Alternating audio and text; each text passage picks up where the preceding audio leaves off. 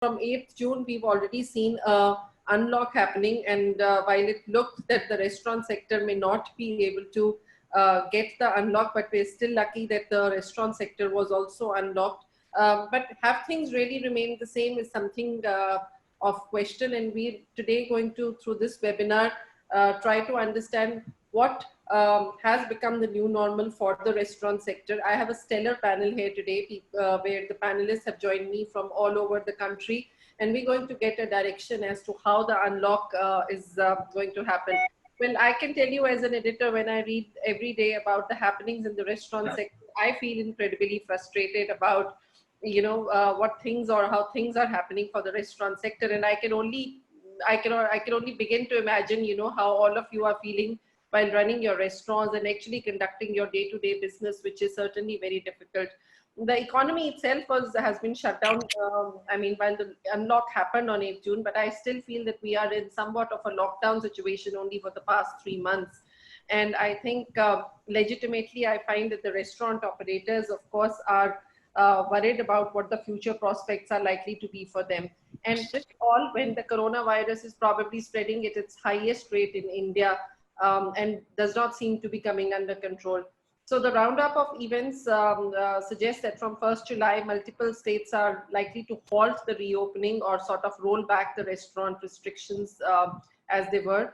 Bars will continue to remain closed, and weekends we are seeing a lockdown in large number of states already, which is also sort of ruining the business because eating out and dining out was primarily a weekend activity. And I think this all when, we are all painstakingly doing so much effort in terms of sanitizing our stores or telling or training our staff to, be able to maintain social distancing. So I think dining rooms are, of course, only partially open with the social distancing norm, and vast majority of states and restaurants are lurching towards some semblance of normalcy when it comes to dining in, though very little. I think what we need also touch upon when we have this talk is what new business models are there that we need to today look at in order to be able to be competent enough in our businesses. We all, all the panel and all the members out there run a large restaurant business, and therefore it becomes as much difficult to manage it on everyday basis. So this is something we're going to talk about. And of course, how can we think of the new normal much differently than what we used to think in pre-pandemic days. So I have, as I said, a stellar panel, and I'm going to start with Parvesh Pandey, who is the director of one of the India's, in fact, one of Asia's largest microbrewery brand, which is Big Brewski Brewing Company. So Parvesh, thank you for joining us here today. And I would love for you to tell us a little more about what has your experience been running a microbrewery, and of course the kind of norms and unlock today and shut down tomorrow, and weekends not being able to operate. And with such a huge facility that you manage, how is business going to come to normal for you, and what has your experience been for the last about 20 days? Please unmute. Please unmute. Yeah, Ritu, hi. Hi.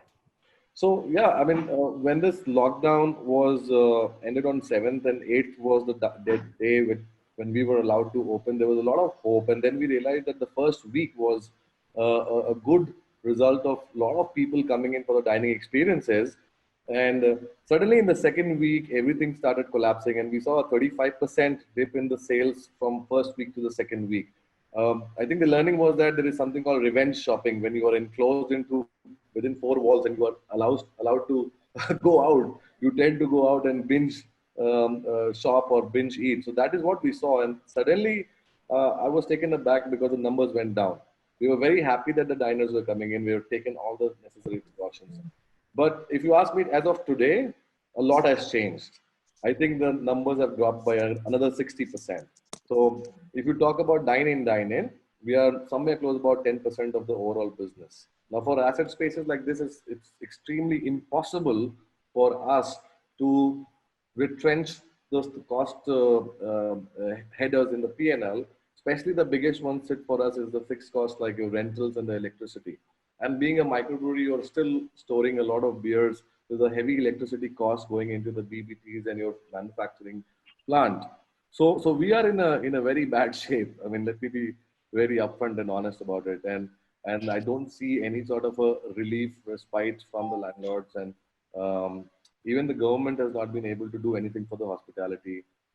Employment side, there is a major hue and cry happening. Salaries has become a pressure for us. Those people who are asking for like they're resigning, we do not have FNF, like a full and final payments to be released for privilege leaves and all. So altogether, this has been the worst time I have been noticing in my entire 22 years of career. So yeah, that's the take. What is happening? Do you see any kind of viability, particularly for a microbrewery or any kind of bar first kind of concept, restaurant concept, coming in the last 20 days? I mean, do you think, I mean, from the cost side to the revenue side that you're seeing, I mean, what is your mindset and what is your attitude towards running the restaurant? So there are two elements when you especially talk about bars. For us, there has been two elements. One is the sale of craft beers, which government allowed as a takeaway. Now Right. that is essentially something which not many bars, restaurants have it. So there is a little added advantage. But that also relates to people who are dining in as well. Now, with the latest norm, which was changed because of Sunday being a full lockdown day, we lost another 30% of the dining sales because the majority of the business was coming from Fridays, Saturdays, and Sundays. That has gone out, because of which craft beer sales have also gone down. Secondly, the 9 p.m. curfew, midnight curfew, has now come to 8 p.m., and which means the last order for the diners will be at 7:15 or 7:30. So that again is showing drastic drop in the terms of footfalls which we are going to. So for the bars, the sale of MRP, for example, I was trying to talk to some liquor companies and get their insights. Because of this economic depression, people are still not buying MRP alcohol also. So there has been a huge uh, demand apprehension which has been seen in the lower and middle class segment when it comes to alcohol. So there we are losing out a major revenue for bars. What is the only hope available is to latch on the delivery business, and we are trying to take larger corporate orders because we have been catering to 2,000, 3,000 people group bookings. We are reaching out to the corporates and giving some new customized premixes. We recently got a order of about 10,000 premixes for all employees, where we have to deliver to all these houses. So that's again a cost. Though, so we were just experimenting in that delivery space. Sure. Well, yeah, delivery certainly looks like the new norm for most restaurant owners, quite unlike the dining rooms. But let's see how it goes. Shweta, let me come to you. At Nandhana restaurants, what kind of changes have you seen since you've unlocked? First of all, my question is, have you been able to unlock all your restaurants? I know different states, different norms. In fact, not just states, within the state, there are containment zones and no containment zones and so on. So how much of the business has really gone on the ground right now? And that too within the stores, what kind of changes have you seen? I mean, what kind of customer behaviors have you noticed? What kind of ordering in and or dining in have you noticed in the stores itself? Hi, Ritu. So the first week we saw a lot of people, as Pravesh mentioned, coming in. The first week went on really well, and we were kind of really positive, thinking that this will be the trend for the next the whole month. As the cases started increasing, then we immediately started seeing a downfall, which is it's completely unpredictable. We don't know the situation tomorrow. That's the kind of environment we are in right now. With delivery and takeaway, we've been seeing a huge spike, especially takeaway sales. In the past 3 months, we've seen about 50-60% rise in takeaway sales, which is where we're kind of able to cover up the cost and manage as of now. With delivery per se, I think again we've been seeing a little fall over the past 1 week as the cases are increasing and as the news is coming out, and also all the news where uh, containment and the spread happening through delivery. every time that news comes out, there's a huge drop in business. So it's completely unpredictable as of now. And we're also planning to, we've opened 11 restaurants out of 15, and our hotels are obviously completely shut. So this is the situation as of now. And I mean, given the fact, from first week when you saw a spike in terms of business, but then as you said that the second week it's been much lesser. So how are you planning your resources? I mean, both in terms of your people, the kind of supplies that you're ordering. So how are you sort of maneuvering all of that? We're going completely on day to day. I mean, we're kind of seeing, what kind of business we're getting, and then we're planning only, day to day. Before this, we used to order, we used to exactly know what we need for the month. We used to exactly know what is Monday business, Tuesday, Wednesday. We exactly knew it. Now it's not like that. So you have to maintain a day to day, on a day to day basis. Otherwise, it's very difficult to survive. We keep a cost, a check on our cost every single day, manpower, everything, fixed cost, running cost, everything. Sure, I know, difficult times. Mr. Kazim, Mr. Kasim Samandri, of course, runs the popular La Opera bakeries. And today, Mr. Kazim, what kind of business is it that you're seeing? First of all, have you been able to open up the large portion of your stores?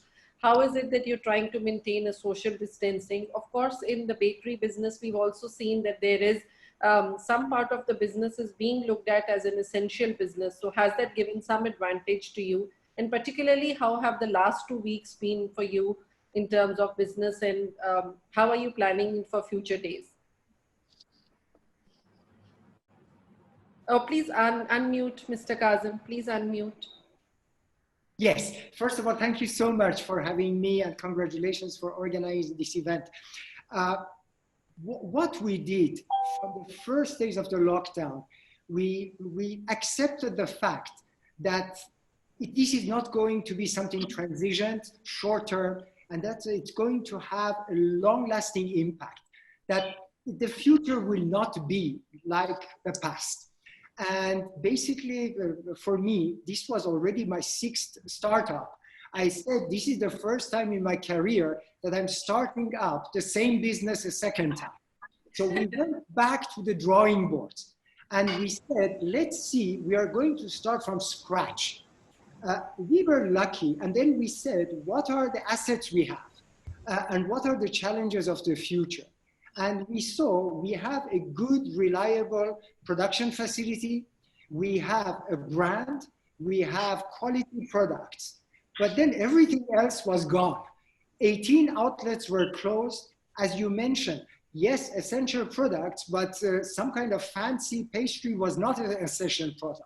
So what has happened is that as soon as we were able to obtain the authorizations, we started rebuilding gradually our activity, starting from delivering breads until several weeks later, together with the guidelines and the guidance, then we increased the offering, which is now today, it's everything that we were offering before. Now, we had also 3 different channels, delivery channels. We had our outlets where you have takeaway. By the way, to answer your question, today we have 7 out of outlets which are operating, and one of them is in Dehradun. So in Delhi NCR, we have only 6, of which again 1 is in an office building which has almost nobody coming to work. So in reality, we have 5 outlets which are really on high street and which are operational. So the 3 channels we had, there was pickup, home delivery, and dining. Dining is the last one. Now, one thing we accepted that the future is going to be click and mortar. That means it's going to be home delivery and it's going to be dining. This is building up gradually, building up gradually. You know, we had real challenges. We had to have a robust website that was going to receive hundreds or thousands of visitors instead of dozens before. So we had to redesign our whole website. We had to go and to see how people are ordering.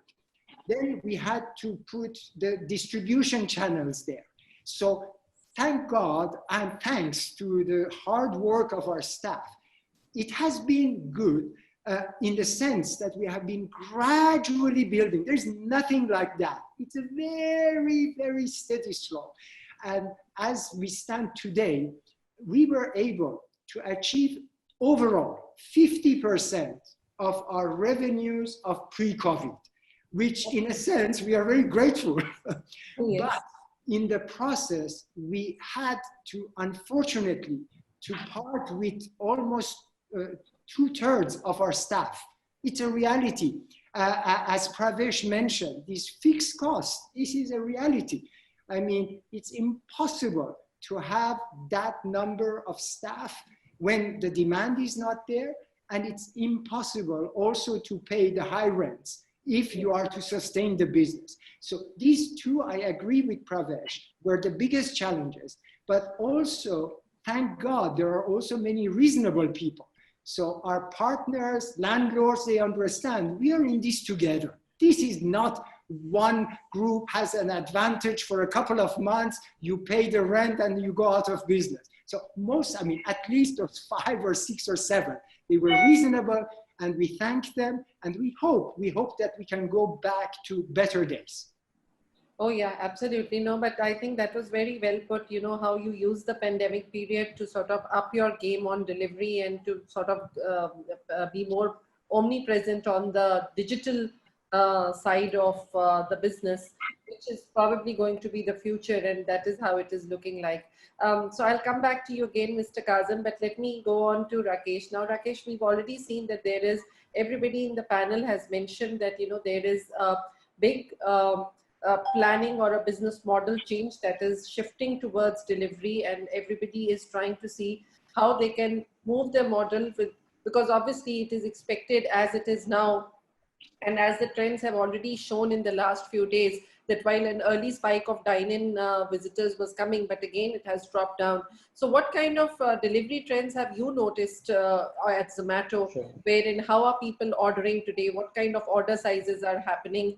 Do you think in one sense, I mean, if everybody is thinking of delivery and so is the consumer, then there should be huge spike that we seen in delivery. So how are you seeing that kind of spike at your end also? Yeah. So Ritu, thank you so much. And it's always sort of a delight to come back to the community here. So thank you for the opportunity. I would love to say that, you know, we actually started planning for this entire pandemic way back in February. And in all our meetings, we took a lot of extra care to plan for the worst day scenarios. And we laid out 3 scenarios. You know, worst case scenario 1, worst case scenario 2, worst case scenario 3. We are right now in worst case scenario 5. Post-mortem, it looks like, you know, when we were planning this out, we didn't even go to worst case scenario 3. We said most likely we're going to land on worst case scenario 2. And but what really unfolded from there is something that one couldn't have seen at that point in time. So while looking back from now, it does look like I can, you know, sermonize people on how delivery should have been a core part of their strategy and a bunch of other stuff. But it was very hard to see at that point of time, right? And despite we having a sort of a very good understanding of global delivery markets, we saw how China is shaping up, we saw how Italy is shaping up, and a bunch of other things. Despite those leads, it was tough. And hence, I think it's important to first recognize that this is a very volatile and uncertain world that we are in right now. Nothing is going to be secular, right? And I think the more we accept it, the more it becomes easier to settle in, right? So that's one. On delivery side, as we were sort of doing a chat just before we started live on this, is our expectation is we will have to take it step by step. It's impossible right now to plan 3 months and 6 months. One just cannot. Either from a recovery standpoint, we don't see high level of predictability. As Shweta was saying, you think that the next 3 days are going to be predictable and something else happens. So as nimble we can make ourselves is what I think is the need of the hour. And that leads me to 2-3 points. What does nimbleness mean here? I think nimbleness means here to be open to move out of our inertia. There are a lot of strict no calls or strict yes calls that as we as a part of the restaurant industry used to take. I will never do this. I will never do that. My brand is not meant for that. I think those calls don't have a place anymore.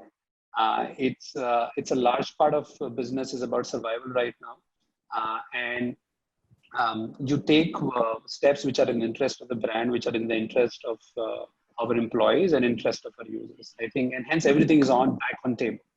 Right? So that's very critical.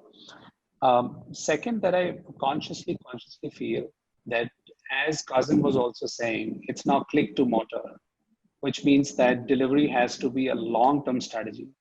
It is, even if vaccines get announced, they get distributed, the best case scenario that we're looking at for everyone to get vaccinated is maybe 2025. See the amount of time polio vaccine took to sort of get, we took to become polio free, maybe 60 years. So if that's the kind of an outlook we are looking at, it cannot be a temporary strategy. It has to be a long-term strategy. And a large part of our classical restaurant industry, which hasn't been exposed to delivery, hasn't mastered that. So it's a very unknown territory. And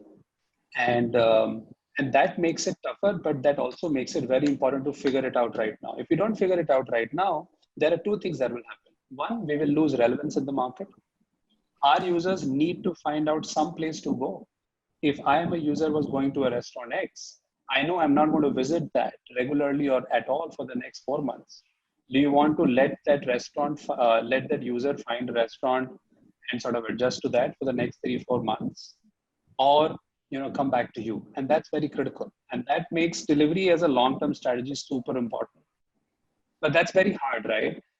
Someone like Shweta, for example, has been equally strong on delivery side. Legendary brand, does phenomenally well in Bangalore in terms of orders, etc. And I know that she's taken a lot of pain to make sure the packaging is right. Takeaway counters are created out well. There is a strict check on ops and quality. There is a strict work that happens in terms of feedback that comes out of delivery, right?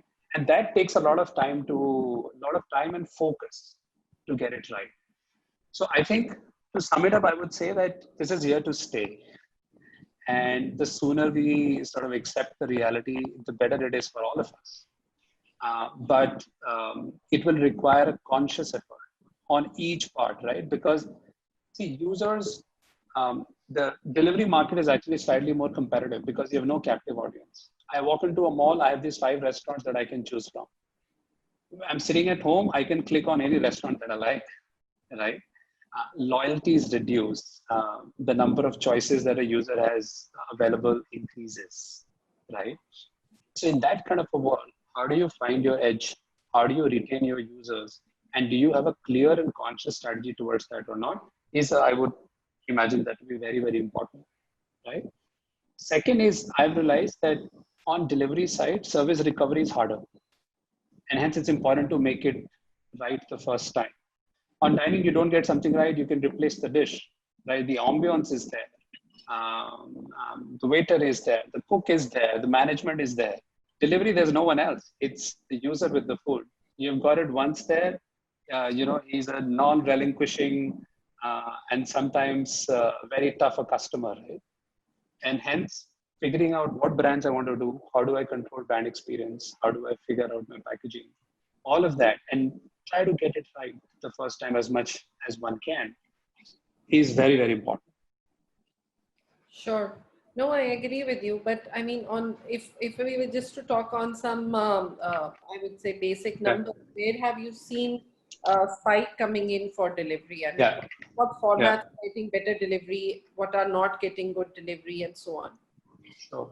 So from the numbers standpoint, we in fact shifted our focus from number of transactions to revenue. I think everyone is now talking revenue and not number of transactions. So that's one important shift. From February to, so we, for the industry, we keep February as a benchmark right now because March was anyways on and off. I think the industry is back to around 45-50% of revenues. Transactions is much lower. The average transaction size has gone up by almost 30-35%. So what is happening is two things that are happening. One is users who are coming in with a very high amount of intent, because these are the guys who want to buy. These are not the guys who are here to window shop, right? Compared to, I'm sitting in office, I'm bored, let me fire up a Zomato or a Swiggy app and figure out what's there. So right now people are coming with very high intent. So that's one. Second is the average number of items they're ordering has actually gone up. So it's now almost again 30-35% up from what it used to be in February. So people are ordering for more people now. So these two are definitive trends. Just to sort of come back on that again, 40-45% is where we see the delivery industry coming back in terms of revenues. However, the average transaction size has gone up substantially. Sure. Well, yeah, that's good to know, at least to begin with. But Yeah. I'll come back to you again. We've got questions also coming in from our delegates. Anuj, I'm going to come to you. Now, hotel industry is a very different, it's in a different kind of flux altogether with, different aspects of the hotel industry, whether it was banquets or rooms or restaurants, and they are all interrelated some way in hotels because, one depends on the other and so on. So particularly from the dining side or from the food service side, what shift are you bringing in the hotel or seeing in the hotel industry which is happening? And do you think delivery, while delivery might be something that the hotel industry is today quite excited about, but do you think in the long run it might just prove to be counterproductive? Because, the whole ambience and the whole experience of eating at a hotel and eating it in the house is not going to be the same. So how do you look at it from that side of things? So thank you very much and very welcome to all of you. I just wanted to start on that everyone was talking on delivery. So everyone will be aware that most of the Delhi NCR hotel have been shifted to delivery right now because that's what we believe that this is the need of the time. But that is not, I believe, is the future for the hotel industry specifically in terms of that. And even for the restaurant industry, if I talk about Big Brewski, it's spread out in such a large scale that if you want to talk on the delivery module, you cannot sustain with that amount of HR cost and the maintenance of the area and machinery or anything. And even the rates what we have even in the restaurants or in the hotels is very different from a delivery perspective, because in delivery you play on numbers rather than on food cost and the margins. Ours is more on giving the best of the quality in terms of the ambience and the experience whosoever step into the hotel.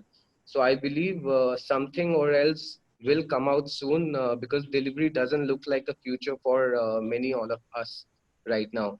And in terms of the hotels, what we have done is like we believe that the confidence has to come back to the diners, because as Shweta said that the delivery was going completely fine, but once you hear a case coming out, if a pizza boy is delivering something or something food is delivered and the family is being tested positive, the delivery straight goes down, and it's happening everywhere because it's not constant.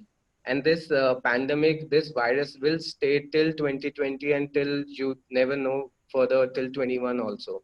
Sure. So we have also we have just 3 kitchens in Roseate House majorly, which operates 2 of my major restaurant. One is the coffee shop and another specialty restaurant called Kheer. Kheer is 100% live kitchen, which anyway gives the confidence to the diners that everything is very nice, clean, spick and span. The food is being prepared fresh.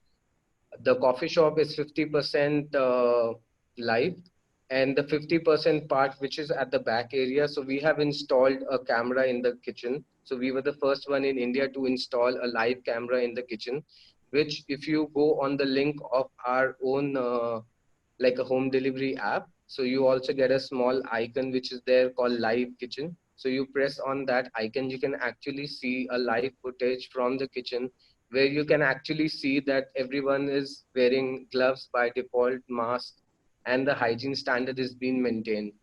So there is nothing called if and buts in terms of the guest. And I guess with the restaurants and the hotel industry, what is very important is that we have to go really local in terms of our ingredients. So we don't take a heavy baggage of imported meats or cheese or anything, because recently there have been a lot of artisanal cheese which is coming from Himalayas, and other parts of India. And we have everything in India which we are not very aware of, or maybe which is not very reachable to other parts, but we have everything available, that's for sure. So the menu planning has to go very smart. So we cannot have 10 chicken item in the menu, which the customer said that, oh, you just have 2 or 3 options, you don't have another option. But in the end, that customer only wants to eat butter chicken. That's what the clients are all about. They want to see the menu, but they just want to eat butter chicken. So there's no harm. Butter chicken is a beautiful dish. We as a chef, we never wanted to have something called butter chicken on the menu, but I believe if the client wants it, what's the harm in having it on the menu? Totally. Yeah. Give them that what they want to eat, rather than having 10 chicken, but you just serve them what they want. So I guess the menu engineering has to be really very smart. The menu has to go on one page, nothing bigger than that, and it has to go which sells. It's not the time of experiment where you do experiment, but still if you want to do, that also have to be done very smartly with local availabilities. Yeah, no, I agree with you. And, I mean, Rakesh, last time he mentioned that, people tend to order what in a particular locality. If they're living in South, they would want, I mean, regardless of them ordering a lot of gourmet dishes, but they would eventually want to order something which is their local dish a lot more. So, and I mean, what's the harm in having a menu based on what people really want to eat? So I think well said, Anu, and I think that's a perfect sense of the business. Now, one question I have to the entire panel, sort of take it individually, is that, internationally, I have been following restaurants and how they are conducting their business today, since the whole world is in this pandemic together, is that, a lot of the restaurants are actually making, I mean, one is the delivery model itself, where you home deliver to the customer, but off-premise business, which means that, curb takeaway and, people coming to the store and just taking it away from the store rather than actually coming and dining in.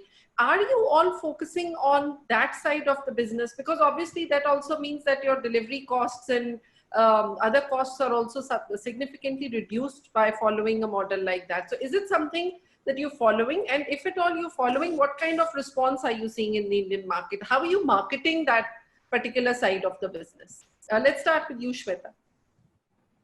As I mentioned, Ritu, takeaway is something which we have been concentrating on for a very long time, and now even like much more.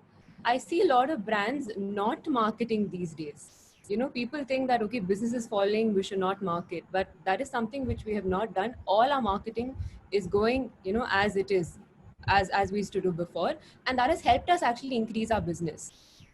In terms of takeaway and menu engineering, or the 80-20 rule, one thing which has really worked for us is, you need to understand what to put on the menu. Most people think that, I sell high numbers, that has to be on the menu. But the way we have worked is, for example, if I have a butter chicken or a biryani, and for biryani, maybe out of 100 people who order, 50 people might come back. Maybe for a butter chicken, out of 100 people who order, 80 or maybe 50 people order, 45 people come back. Both need to be on the menu. It's not always a dish which, you sell the most. These kind of strategies have helped us sustain. And also we've maintained about 60% of our business, which I think is fairly well. So what side of your business actually comes from takeaway? I mean, do you have some percentage terms? About 25% now is coming from takeaway, and the rest is coming from delivery. Okay. What about you, Mr. Kazim? Do you focus on takeaway business? I mean, for bakeries, that could certainly be a good way wherein people can pick up their basics. I mean, if not fancy things, but at least some simple things that they need on everyday basis. Yes, in terms of percentage, the takeaway is the largest part of our business. I'm not talking in the early weeks of the lockdown where you had home delivery because the outlets were closed. Then in second place is our home delivery. And the third one is actually the dining. And if we have different formats. We have counters, we have mainly takeaway shops, and we have actually recently we had opened a few months ago a cafe restaurant. So in terms of performance, a cafe restaurant which was mainly dine-in is doing the worst because people are not used to takeaway. and they are not used to order. However, there is, again, we had to take a long-term approach to that. And this 80-20, because one of the other things is that when you have a takeaway model, and like ours, you create a lot of products you put there, and if you don't have people who buy them, these are all waste. You have to throw away. This is return. This is additional cost. So what we are doing, we are trying to apply the 80-20 model mainly to our takeaway, but we are giving the opportunity to our customers to have everything on the home delivery, which takes the orders today and delivers the following day before 11 a.m. So basically you have the entire product range, which are hundreds of items. You have them, but if you just want to go and take away, you have a smaller choice, which then allows us also to control the cost, which was very correctly said. One of the biggest challenges for our businesses, let us be very frank, is to survive. And you can survive if you manage your cash flow, you don't spend unnecessary money, so that you are here tomorrow to build that tomorrow. Sure, but I mean, just to sort of cross-question you on that, but I mean, for takeaway, if you're going to minimize your order, why would you not say that, order on the phone or order pre-hand and come and take it away, and, you could... Oh, yeah, yes, there are two types. There are some things, this we do, you can, when we say takeaway, because we have, if I'm not mistaken, we have every day, pre-COVID, we had 275 different SKUs which were produced. We were producing 32 different types of bread. We had about 90 plus types of pastries, etc. So now imagine if you have all of them available for takeaway, it's not sure that you will have the customer who wants that particular product. So what we are saying is that they can order all of them, different shapes, size, whatever they want, and we will then produce it and we will deliver it to them the next day. However, when you go to the outlet, you have a limited one, the ones that are the 80%. Or the 20% that do the 80%. So we are trying to put as takeaway, physically available in the outlet, the ones which are fastest moving, without depriving the customers from the possibility of having everything they wanted, but through our home delivery. Or they can also, home delivery, they can order it and pick it up from the outlet. This is also possible. So we have created different options for the customers. But again, none of this sounds easy to say, but it's very difficult to communicate that. I agree with you. I mean, we need a lot of marketing. We need to communicate to people. We need to say, what are the options? Our home delivery and online order has multiplied by a factor 10. I mean, it was too small before, but then just communicating with the people, having them, explaining to them what their options are, that's a big challenge. I totally agree with you. Parvesh, let me ask you this. I mean, I don't know about takeaway happening a lot from Big Brewski, but I mean, from that perspective, how are you talking to your customers on social media? What is it that you are telling them right now? Because obviously, there is a big cult for microbreweries, but how is it that they can, have the same experience, but even if they don't want to come and dine in, how can you still be engaged with you or be ordering from you? And I do feel I don't know how restaurateurs have looked at it, but honestly, in a home environment and sitting at home all the time is very boring for most people. In fact, for everybody, I would say. And I mean, if they're just coming to pick up stuff, even if they're ordering online and just coming to the store and picking up a packed order, it might be something they may want to do and, still feel that it's giving them a reason to get out of their houses and just go out and hang out or whatever, even if they don't come and dine in. So I don't know how, I honestly, from the marketing that I have been noticing, I have not seen a big focus on that. Do you think it's something for the restaurant industry should be considering more? Two things I will answer. One is obviously the take on the takeaways.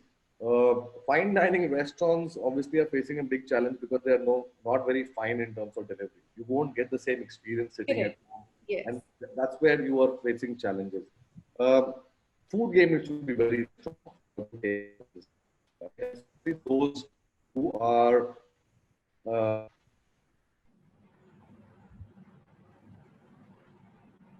Oh, did we lose it? I think so. Is it fine now? Yes, we can hear you. Go on. So I was saying that for us, there is the takeaway business does not contribute to a substantial amount of business. So we are really not keen on focusing on heavy takeaway business. Food is unlike craft beers, as I said. People do not get craft beers at home delivery. They are coming and they are picking it up. But when we have a choice of a home delivery, I really don't think so. There's an effort required to push takeaway, right?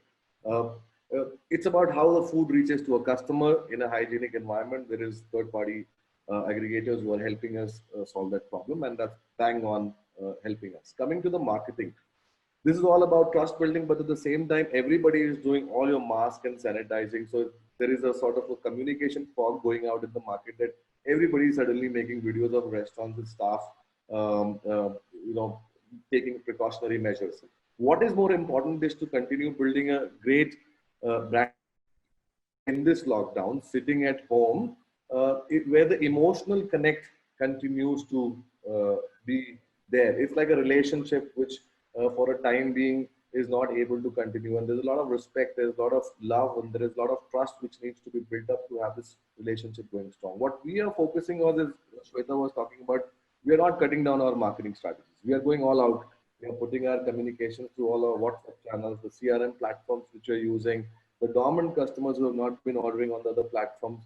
Plus, we are also capitalizing on our own website. So there are streamlined ad campaigns which are running where the call to action button is straight away taking to our website. So obviously, there is an integration of a WLA platform for home delivery, which is helping our customers go to our website. Obviously, there's a little bit of an additional discount which we give it to them there. So how we are utilizing this opportunity is to keep communicating positive, uh, uh, old pictures, old videos which we have shot, bringing them out, creating that sort of a relationship, and at the same time reaching out to them at their home by creative ideas. For example, I just saw that Taiwan, there was a bento box which was being delivered in hospitals for employees in hospitals, right? So there I realized that there's an opportunity in the market where still some people sitting at home, there are some companies who are looking at offering this home delivery model for certain type of products. Now, example, frozen pizzas or desserts and cakes and pastries or meal kits or sauces, for example, is having a sort of entry into the market where you can pick up stuff, you can keep it at your in your house, you can stock it, you can store it, you can refrigerate it, and then at your own will, you can cook it, right? When you're bringing in frozen products, the virus is inactive, on Right. below 4 degrees, 5 degrees, and then you have the confidence that nobody else is cooking it. So for me, this seems like an opportunity to capture where we get into the business model where we assure people that the temperature of this product is below 5 and it comes to you in the safe delivery hands. Plus, you cook it at your own convenience, where you still have that whole fun of eating restaurant food, right? So that is where we started going out to corporates where IT industry for that matter in Bangalore is quite active. And a lot of people are sitting at home. We reached out to the companies, we did surveys. Would they like to offer their employees some sort of a benefit if we come and create an option? So we pitched a sort of a 6 bottle pre-mixes, which are the cocktails premixes and the mocktails premixes, and we got a great entry there, right? We got 10,000 orders at one shot, and that's a big order for me. And I think there is a while we are doing marketing, while we are promoting food, which is a very so yeah. On putting a quality orders are flowing, and no takeaway, only delivery. Sure. May I request the other speakers to please keep their mic on mute when one speaker is talking? It will just create less noise. I think we're getting a lot of questions now, so I'm going to now also open the floor for some questions. Can we give the first question to Hisham Kabir? Can we have him online and have him asking the question?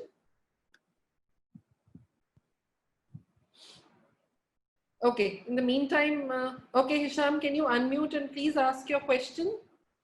Please unmute. Okay, can you hear me now? Yes. Yeah, my question is, how do you think will the frozen business get into? Because the way things are going, and the way everybody is now moving towards cloud kitchen, how do you think the frozen food will play? What kind of role, or will it play a major role in this coming scenario or in the future? Will people start accepting frozen as the new normal and all this? That is my question. And second is to Zomato. I mean, I think you should reduce your rates because all players are coming in, and since larger number of players, your volume will increase, and restaurants like us will have definitely more of peace of mind because most of the profits are taken by you guys at this point of time. So kindly think about that as well. Thank you. Sure. Okay, so I think first of all we can take the frozen question. So Shweta, Mr. Kazim, Anuj, anybody would like to comment? Please go ahead. Anuj, okay, we can start with Anuj then. So frozen food, it's a science. The food is all about science. When anything goes below zero, it's very much healthy and as equivalent to fresh. It's just that all of us have a myth that frozen food is not fresh, but it's equivalently good as fresh. So during my lockdown, I was reading a book called Blue Ocean Strategy. So the Blue Ocean Strategy talk about a red ocean and a blue ocean. So the blue ocean was frozen food a year back or a 2 year back. But right now, everyone in the red ocean is under a lockdown and everyone is jumping towards the blue ocean. So blue ocean will be, which is the frozen food or the MSME business, which is will be there, will be the next big thing for tomorrow. But I guess if every crowd is pushed towards the frozen food and which is the MSME business, then there is no value because the restaurant business will come back for sure. The restaurants will open, the hotels will open, the pastry shop all across the country will open. But it's just that if people are looking out for more option in terms of the food business, if they feel that no, this is the right time, I believe then it's in an individual call. But I believe that frozen food is completely as good as fresh. That's what it's a science what we've been taught in our early college days and during our trainings internationally or locally wherever we've been trained as. Sure. Shweta or Mr. Kazim, you want to I comment? was waiting to see ladies first, if Shweta wanted to talk, but if she's not unmuting, I will say quickly something. You know, we started the idea of L'Opéra over 10 years ago.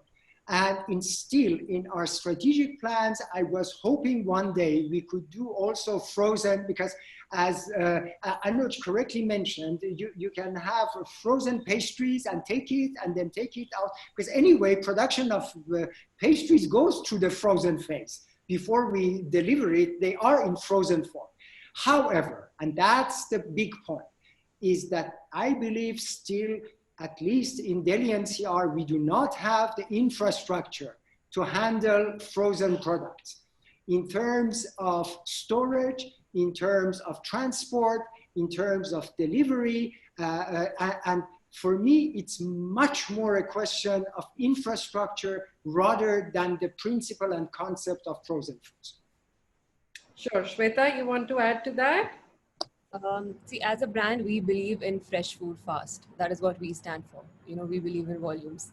But as Anush mentioned, the science behind it is, you know, most people think that it's not good, it's old, you know, they do it previously and then, you know, you can't consume it. But that's just a myth, as Anuj said. You know, so there's nothing wrong in frozen food, but as a brand, we will not do that. Sure. Rakesh, would you want to talk about the gentleman's other question? Sure.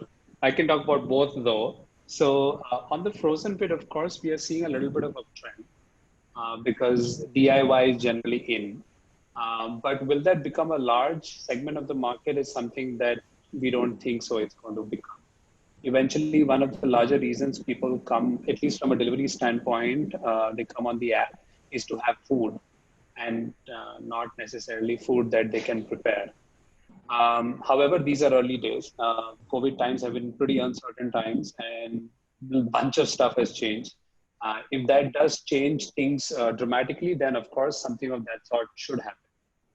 One of the points I just want to pick up from Pravesh's conversation is where he was talking about mixers. I think that's also a very emerging trend on bars. We are seeing that across a bunch of bars and clubs which are very well known for the quality of their cocktails and stuff have started doing it, and that is definitely looking out as one clear trend on the bar side. In terms of commissions, I think of course no one likes to be charged commission, right? Ideally we all want it to be zero.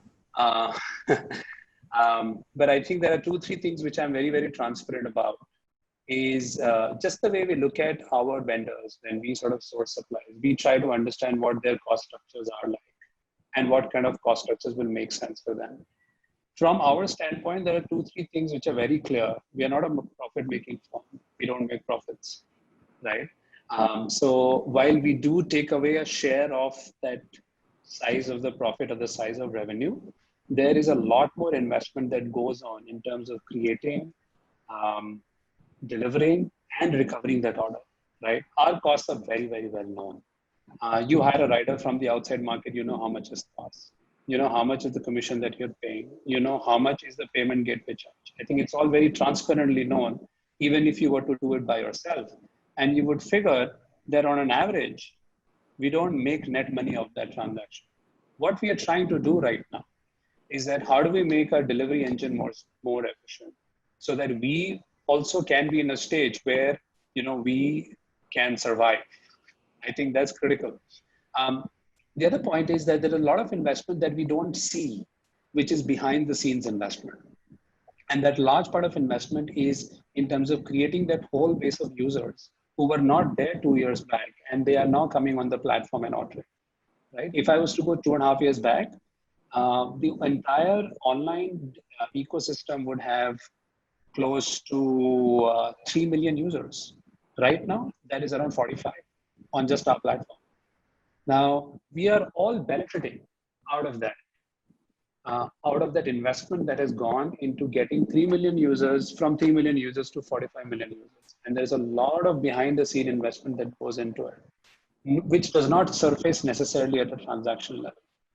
So I think we are also, Zomato is also the only private firm which clearly releases its half-year report as well, along with an annual report, right? And all the numbers are extremely transparent there. So I would say that these times are also equally hard for us. We have been funding a bunch of our riders while they are completely out of job. The same rider who used to do X number of orders is right now doing X by 2 number of orders. So we have to make sure that their per order payouts are higher so that they can continue to sustain their families. Because for them, that amount means sustenance or no sustenance. For us, it might mean luxuries and no luxuries, right? So there are a bunch of costs of ours which are almost non-negotiable for us. And that makes our cost structures right now stretched to be able to really afford any sort of compromise on that. Sure. One of the questions asked by the person's name is not there, so I'll ask on this person's behalf is there a possibility of opening new branches and F&B startups in the next year? Do you think it's possible? Parvesh, would you like to open another new branch? The fortune lies at the bottom of the pyramid. There is a secret there. Think about how you can create a model which caters to the masses. Financially, as I said, fine dinings won't be finding it easier to survive. Smaller format restaurants will work. What is incidentally also very interestingly working in China after the COVID thing, and the pizzeria businesses are doing decently well, about 40%, 50% business. And that's where people still like to sit at home and order. So If you are getting into a new format of expansion or any new formats, please be very careful in the price point. Even in delivery, if you are looking into, please very carefully choose the CFT, the cost for two. Do not try and create expensive commodities which consumers will not buy right now. I look at it in dining wise uh, till November 2021. Again, it's all about speculation. If it goes right, I'm a genius. If it goes out wrong, I'm a fool. But my speculation says this, that this season is gone, November, December. With the earliest vaccination, as Rakesh was talking about, even if it comes in, it'll take 6 months for multiple testing platforms. And then it's about breaking through the habits and habits of economical depression, which needs to be moved out from the market, the consumer behavior of reaching again back to the restaurants. I think November 2021, we have seized all our expansion plans as of now. For us, it's this next 1 year is not about profitability, it's just about sustaining ourselves. So a lot of, and I think about 40% of the restaurants will get washed away.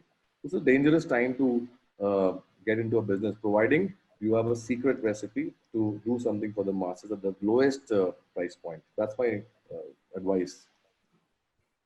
Sure. We have a question from Kajal. Kajal, are you there online? Please unmute. Hi everyone. I'm a, we are a restaurant design company and we've been into business for about 7-8 years. I have experience about 16 years in restaurant design, QSR formats. So see, what we have also assumed is obviously everybody's been talking about takeaways and, home delivery system. So what do you think is the future for dining? Like lockdown has opened. I understand that people are not coming in. You're not seeing those kind of numbers of customers walking in. But is there anything which the restaurateurs doing to improve, to gain the confidence back of customers, to bring them into the dine-in facility? Are you doing anything? Is there any design solution or any sort of innovation in terms of relaunch which is required? Because we as a company feel so, because there are a lot of things one can do to bring that confidence back.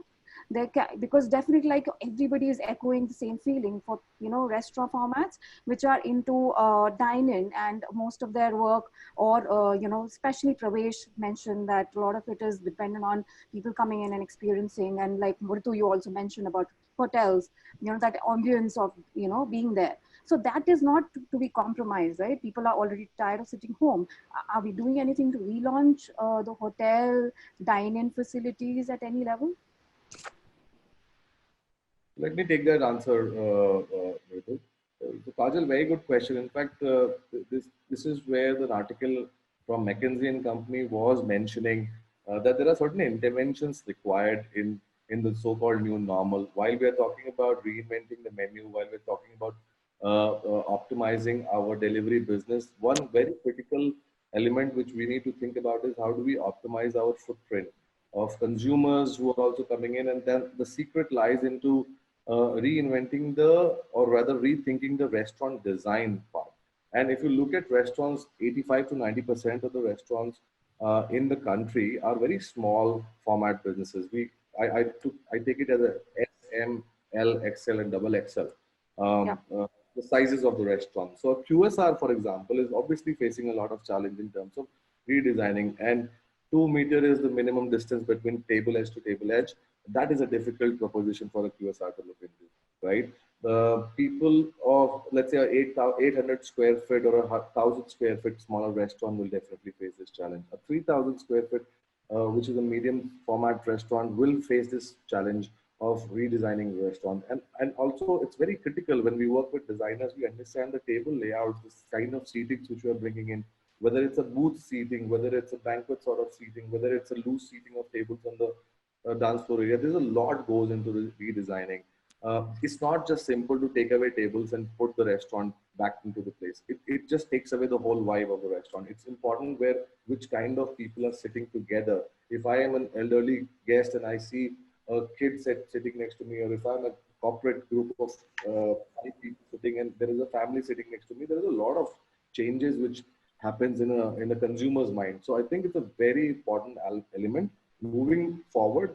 I think there's a huge demand in terms of restaurant redesigning required. A certain intervention for sure is there in the up the sleeves. So yeah. Sure. We have one more question, which is coming from, I believe, this Mukesh Agarwal, or is the person online? Is the gentleman online? Yes, Hey, hi Ritu. This is Mukesh here. go ahead. So I asked my questions to Rakesh on the chat window. So basically, I reiterate to everyone. I'm a founder of Foodies, and currently we are working on UAE market. And I mean, the situation is very different from the pre-corona and the current situation. So we are trying to build an ecosystem for home kitchens.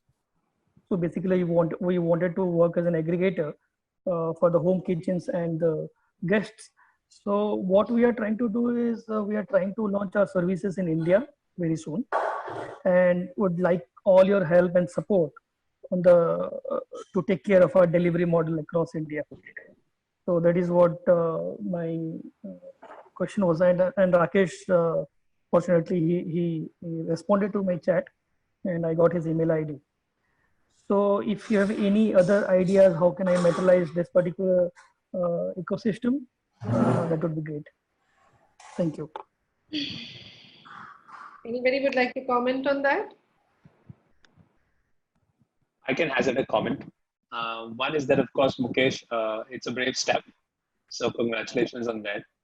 I think that entire ecosystem begs to be brought into formal trade. Not a lot of people have succeeded at it. A lot of people have tried it though. There are a bunch of India-based aggregators who have targeted that space, Tinman, for example. And you must try and get in touch with them to understand what kind of challenges, what kind of successes they've had. From whatever, from the sidelines I've seen is that getting this business to a certain level of scale has always been fast. And when I say certain level of scale, which means maybe 50 home chefs and doing maybe 5,000 orders a month, that kind of a work. Scaling it beyond is what starts to become a challenge for multiple reasons. One is that when people come online or when they want to order, while everyone wants to eat healthy, but they want indulgence, right? So how do you marry these two is very important. And that's one challenge. Second is that, especially in the home chef world, how do you bring regularity on the home chefs? How do you bring discipline? How do you bring quality control? And those can become tougher because so while people love uniqueness, but along with uniqueness, they also need a certain level of consistency. And that's where you will see a lot of brands sort of being able to create a long-term loyalty. When a person walks into a particular restaurant, one knows what I'm expecting, what kind of quality I'm expecting, maybe not necessarily the taste. That can vary. So consistency is also a challenge. And how do you build the right kind of systems to be able to hold the people accountable is the second thing I would want you to sort of definitely keep a watch on. I think they're trying to attack the best two markets possible. UAE, for everyone's, Dubai, for example, is doing, the overall delivery business is doing better than what it used to do pre-COVID. And that's unique. They are doing 20-30% better deliveries as compared to pre-COVID. So it's a great market to operate in, Mukesh. And India, the market is largely virgin. All the best to you. Hopefully you crack it. Sure. Thanks, Rakesh. We'll take this one final very quick question from Rajiv, who's been sort of raising his hand for a while. Can we have a very quick question? Is Rajiv online? Yeah, hi, Rajiv. I have been doing the kitchen equipment business for the last 27 years. And over 27 years, I have realized that there is a total mismatch in three fundamentals which you all are talking about. One is called marketing, one is called concept of cooking, and third is the delivery. You see, everybody is focused on marketing or delivery, but there is a big link which is called cooking. Whether you cook frozen, whether you cook fresh, or whether you cook anyway, all the kitchens in India are horrible to look at. Maybe one or two can speak loud about it. So where is the gap?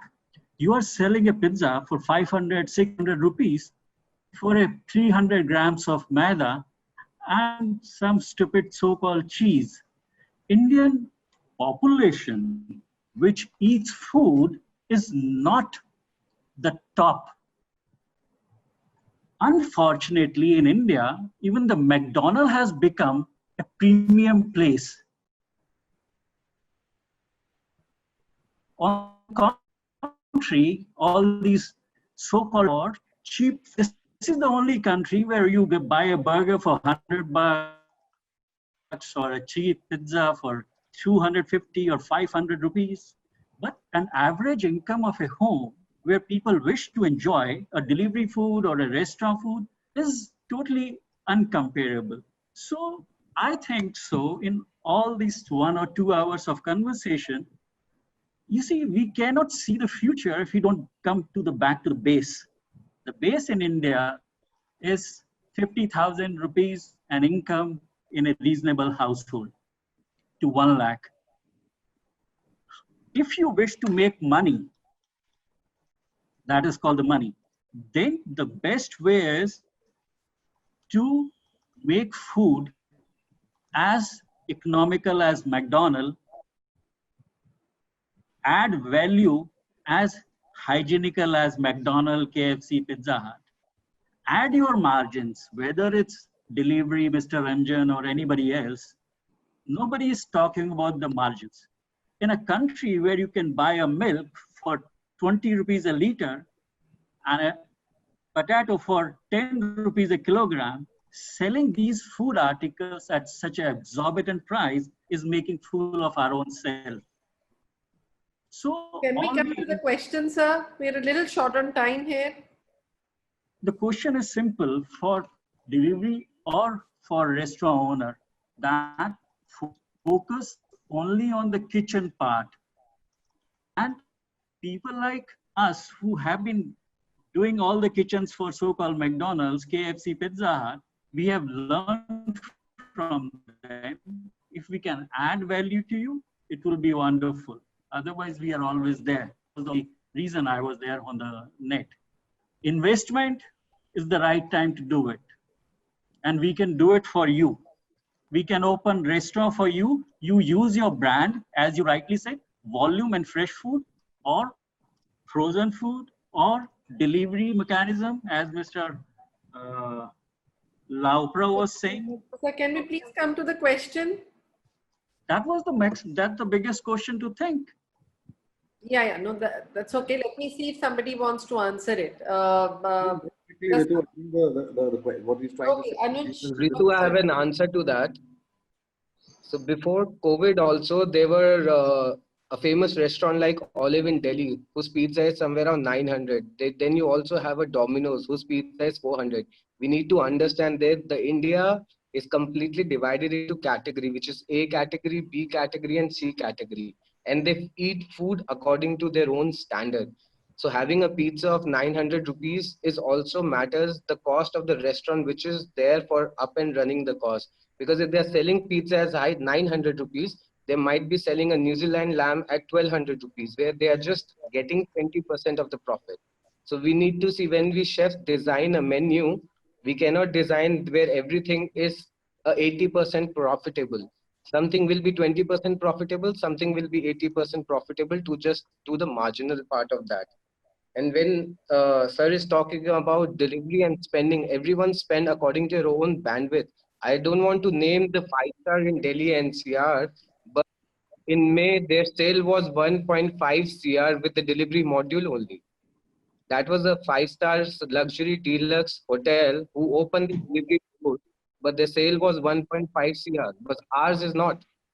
Because the delivery also depends on the location. Aerocity is not the location which is like apt for a delivery. Maybe a Hyatt or a Taj Mahal or Lee Meridian or ITC Moria is into a perfect location to do a delivery. So it completely depends. I I really don't know how come he have a myth that the kitchens are barely smart enough.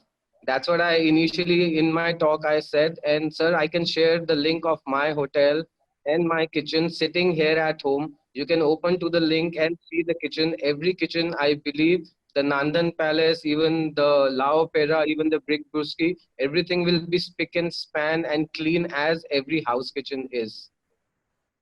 Sure, and that's the only way to survive. Add to Well, this. I would, sorry, go ahead, Shweta. Our campaign for this entire COVID season was, show your kitchen even to your mother and she will be proud of us. That is what we've sold. As Pravesh was saying, sell emotion. That is what we have. We are extremely confident of our kitchens. Otherwise, we wouldn't have survived for 32 years. So typecasting the entire industry and telling, your kitchens are not clean is a very wrong judgment to make, I guess. And coming to margins, with Nandana we sell 12 items, our Andhra meals, for 150 rupees. So I would challenge you, please try and make those 12 items. And if your food cost comes to 150 rupees, then come back and ask this question. It's impossible. Today's mutton rate as a retail price is 900 rupees. I'm giving you a biryani for 260 rupees. Please try and do that and then come back to me and then come and ask this question to us. So please don't typecast the entire industry. We work on very thin margins. We work on volume. We don't work on high margins as you are assuming. So please don't typecast the entire industry. It's a very Sure, wrong well judgment. said, Shweta. So with that, I'm going to have to get this session to a close. But thank you so much for talking to us. I think some really valuable points. And from my perspective, I think a couple of takeaways that I would like to share from the session really are that today every restaurant owner has to think along with dining in. And I mean, restaurants were always made for dining in. But today everybody has to think, every brand has to think about delivery model, takeaway model, and whatever model which can probably a hyper local model, which something I don't think a lot of restaurants are thinking about, but they should, because retail already has and they've been able to achieve moderate success out of it. So I think that could be one thing. And of course the second thing is that while dining in looks slowly building up, but it is something not everybody should give away, because eventually that is where the business really lies. And while it might see some improvisation, but that is where we will see that dining and dining in will continue to be our main bread and butter. So thank you very much for joining us, Mr. Kazim, Shweta, Rakesh, and then there's Parvesh, and then there's of course Anuj. Thank you very much for joining this session and talking to all of us. And we continue to hope that the restaurant business is able to bounce back really fast and we are able to go back and enjoy the same meal in the restaurants, and as we become more social instead of socially distant. Thank you very much for joining us once again for this talk.